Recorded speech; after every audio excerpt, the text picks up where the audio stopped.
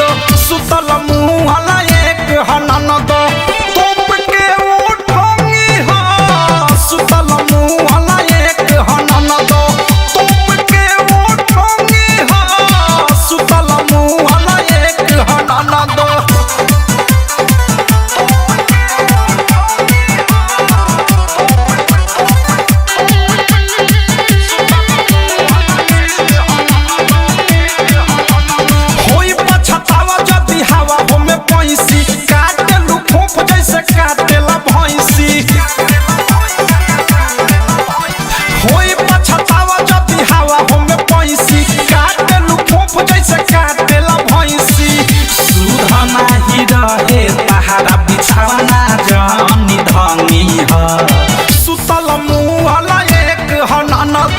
सुतल मुँह वाला एक ननद तोप के उठोंगी हो सुतल मुँह वाला एक ननद तोप के उठोंगी हो सुतल मुँह वाला एक ननद।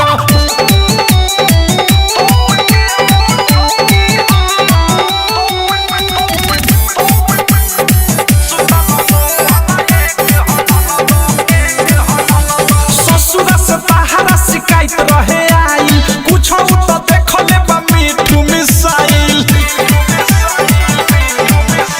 ससुर से तहारा शिकायत रहे आई कुछ तो देख ले अनुराग मिसाइल अवधेश प्रेमी राइटर थारू के ना डंगी ह सुतल मुँह वाला एक ननद सुतल मुँह वाला एक ननद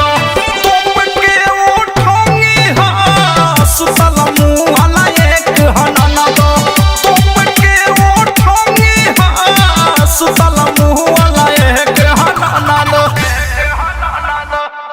RCM म्यूजिक न्यू ऐप अभी डाउनलोड कीजिए हमारे गूगल प्ले स्टोर से और पाए भोजपुरी लोकगीतों का एक से बढ़कर एक ऑडियो वीडियो सॉन्ग बिल्कुल मुफ्त।